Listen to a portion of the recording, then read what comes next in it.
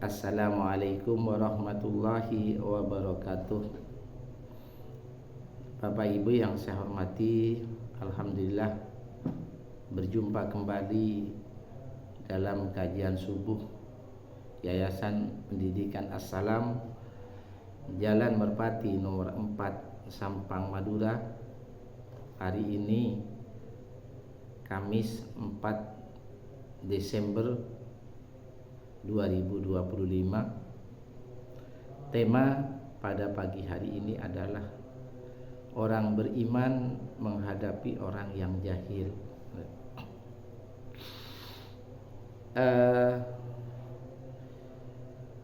Di dalam Al-Quran sebenarnya Allah itu sudah memberikan penjelasan bagaimana seharusnya orang beriman itu menghadapi orang yang jahil, atau orang beriman membalas kejahatan orang-orang yang jahil. Maka Al-Quran menekankan agar ketika ada orang lain atau orang jahil berbuat yang jahat kepada kita, maka Allah menekankan supaya kita itu membalas dengan kebaikan. Bapak Ibu yang saya hormati, siapakah orang jahil itu? Yaitu orang yang tidak memiliki pengetahuan tentang Allah, tidak memahami ajaran Islam, dan tidak memiliki kesadaran spiritual. Makanya Bapak Ibu, ketika kita membalas dengan kebaikan, harapannya adalah supaya mereka itu mendapatkan petunjuk dari Allah. Allah juga menekankan agar orang beriman itu berjalan di muka bumi ini dengan merendahkan diri, artinya tidak bersifat sombong. Apabila ada orang lain yang jahil sama kita, maka kita selalu mengucapkan kata-kata yang menyejukkan, yang dapat memberikan ketenangan, kedamaian, yang mengandung nilai-nilai keselamatan. Ini yang ditekankan di dalam Al-Quran, Bapak Ibu.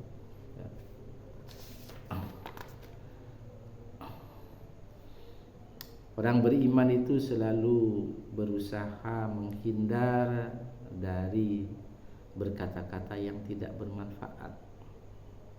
Orang beriman selalu menekankan ketika dia mau berbicara adalah pembicaraannya selalu memberikan manfaat untuk orang lain.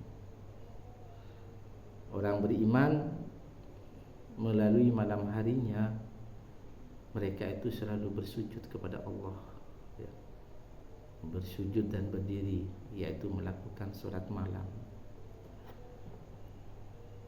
Dia menangis di hadapan Allah lewat sujudnya, lewat doanya. Dia merasa dirinya banyak melakukan dosa. Dia merasa amal ibadahnya masih jauh dari harapan. Dia banyak memohon ampun kepada Allah. Orang beriman juga apabila mereka itu diberikan harta oleh Allah, maka hartanya itu selalu dia pergunakan untuk di jalan Allah. Artinya harta itu dinafkahkan untuk di jalan Allah. Tidak menunggu kapan dia lapang, kapan dia sempit, sesuai dengan keikhlasan dan kemampuannya. Orang beriman selalu pandai mengatur irama batinnya. Orang beriman selalu menahan amarahnya. Orang beriman selalu menjaga perasaan orang lain supaya tidak tersinggung, walaupun dirinya merasa tersinggung. Yang dia khawatirkan apa? Takut kalau membalasnya maka menyebabkan dia jauh dari Allah. Orang beriman selalu memaafkan kesalahan orang lain, walaupun dia sering didolimi, walaupun dia sering disakiti. Tapi orang beriman selalu memaafkan kesalahan orang lain, walaupun orang lain itu belum minta maaf kepada orang yang beriman. Mari kita lihat di dalam surat Al-Qasas, surat 28 ayat 54, Allah berfirman, A'udzubillahi minasyaitonirrajim, bismillahirrahmanirrahim. Ulaika yu'tauna ajrahum marataini bima sabaru. Mereka itu diberi pahala 2 kali disebabkan karena kesabaran. Jadi orang beriman itu selalu bersabar, selalu mengalah, selalu menahan amarah. Jadi kuncinya memang harus bersabar. Dan orang bersabar itu hanya bisa dilakukan orang-orang yang beriman, yang mana kalbu kirinya adalah selalu dalam keadaan suci dan berkomunikasi dengan Allah. Wa yadra'una bil hasanati sayyi'atah, dan mereka menolak kejahatan dengan kebaikan. Artinya apa? Orang beriman itu selalu menutup dengan kebaikan. Dia sering disakiti oleh orang lain, dia sering difitnah orang lain, dia selalu dicari kesalahan-kesalahannya orang lain, Tapi orang beriman yang dia pikirkan hanya Allah. Dia merasa takut apabila hubungannya dengan Allah akan terputus. Orang beriman itu yang selalu dipikirkan. Makanya orang beriman itu kebanyakan mengalah, walaupun dia mampu untuk membalasnya, tapi selalu dia itu membalas dengan kebaikan. Wa mimma razaqnahum yunfikun, dan sebagian dari apa yang telah kami rezekikan kepada mereka, mereka nafkahkan. Artinya mereka menyedekahkannya. Orang beriman senang sekali melakukan kegiatan-kegiatan sosial, membantu, menyedekahkan hartanya, menafkahkan harta. Dia tidak pernah berpikir apa yang akan terjadi besok. Cuma dia keyakinan bahwa apabila kita di jalan Allah, maka Allah yang akan mengambil alih segala bentuk kehidupan kita.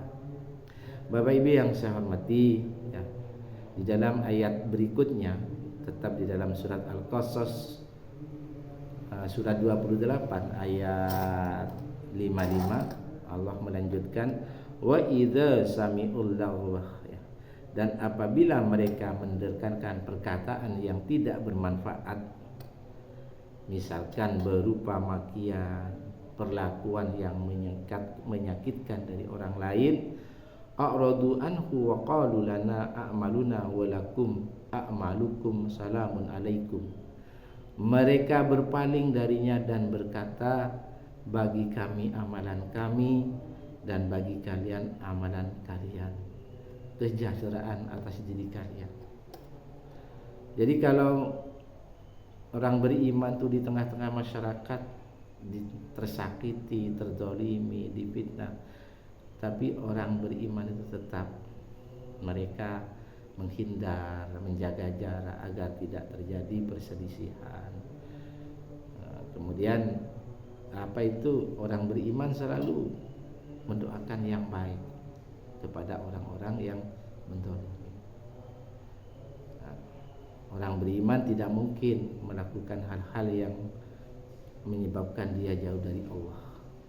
La nabtaghi la jahilina, kami tidak ingin bergaul dengan orang yang jahil. Artinya orang beriman selalu menghindar dengan orang-orang yang jahil, karena dia takut hubungannya dengan Allah akan semakin jauh ya. Bapak Ibu yang saya hormati, mari kita renungkan sebuah hadis. Mudah-mudahan ini menjadi renungan bersama, memberikan motivasi kepada kita. Hadis yang diriwayatkan Al-Hakim, Rasulullah bersabda, barang siapa yang menginginkan kepribadian yang mulia dan derajat yang tinggi, maka hendaknya ia memaafkan orang yang menganiaya. Ya, yang pertama. Yang kedua, memberikan sesuatu kepada orang di mana orang itu tidak suka memberi kepadanya, artinya sangat membenci kita. Kemudian yang ketiga adalah menghubungkan tali silaturahim kepada orang yang memutus hubungan dengan kita. Ini sulit Bapak Ibu, apa itu dalam tatanan kehidupan kita rasanya sulit untuk dikerjakan, tapi apabila itu dilakukan oleh orang yang beriman, maka sebetulnya tidak masalah.